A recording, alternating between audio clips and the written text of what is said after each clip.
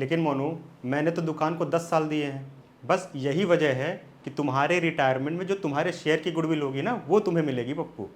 अब मान लो कि पूरे फर्म की जो गुडविल है वो है 1,80,000 और जो पप्पू का शेयर है वो कितना है, 1/6। अब देखो मिलेगा कितना, 1,80,000 तो पूरे फर्म की गुडविल है। अब तुम रिटायर हो रहे हो, तुम्हारा हिस्सा 1/6, तो 6 1 जा 6 3 जा 18, तुम्हें कितनी गुडविल मिलेगी, 30,000। तो तुम्हारे शेयर की गुडविल 30,000 हो गई। मतलब अब 30,000 रुपये मेरा। लेकिन एक सवाल, अब क्या, ये 30,000 देगा कौन? अब पप्पू के जाने के बाद उसका हिस्सा कौन लेगा? हम दोनों। जो हिस्सा लेगा ना वही गुडविल भरेगा, और जितना हिस्सा लेगा उतना ही गुडविल भरेगा। उसी को गेनिंग रेशियो बोलते हैं। अच्छा, तो वही पप्पू को गुडविल देगा।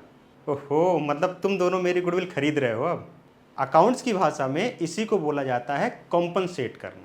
देखो, पप्पू के जाने के बाद जो उसका शेयर लेगा ना वही गुडविल का अमाउंट भरेगा। अब जितना लेगा उतना, मैं मोनू हूँ, मैं जितना शेयर लूँगा मैं उतना भरूँगा। जितना शेयर सोनू लेगा उतना शेयर गुडविल का सोनू भरेगा। इसीलिए अकाउंटिंग में इसकी ट्रीटमेंट भी उसी तरीके से होती है। इसीलिए इसको बोला जाता है गुडविल जो होती है वो गेनिंग रेशियो में बढ़ती है। किस रेशियो में? गेनिंग रेशियो में। और अकाउंट्स की भाषा में इसी को बोला जाता है कॉम्पनसेट करना।